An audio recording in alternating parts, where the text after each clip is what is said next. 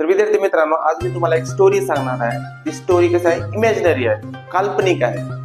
तर पेन्सिल आणि इरेझरची आहे. तर पेन्सिल इरेझरला म्हणतोय की त्याला असं मनातून वाटते की त्याला थँक्यू म्हणावं. तर का बरं? कारण मी ज्या काही चुका करतो त्या सगळ्यात कोण इरेज करतं, कोण मिटवतं? इरेझर.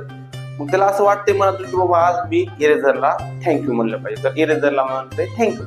इरेझर मध्ये जाऊ दे म्हणतोय. मग कारण ते इरेझर काय होणार आहे, कधी ना कधी चुका मिटवून मिटवून काय होणार आहे, एकदा संपणार आहे. बरोबर आहे. तर मग संपणार आहे म्हणून त्याला म्हणते की थँक्यू. तर मग आता ही स्टोरी काल्पनिक आहे, पण ह्याला जर रिलेट करायचं म्हणलं तर हे पेन्सिल म्हणजे आपण आहोत आणि इरेझर म्हणजे आपले आई वडील आहेत. की आई वडील आपल्या सर्व चुका माफ करतात. आपण कितीही मोठी चूक करा, काही करा, आई वडील आपल्याला माफ करतात. पण एक कटू सत्य आहे की आई वडील आपल्याला कधी ना कधी सोडून जाणार आहेत. बरोबर आहे.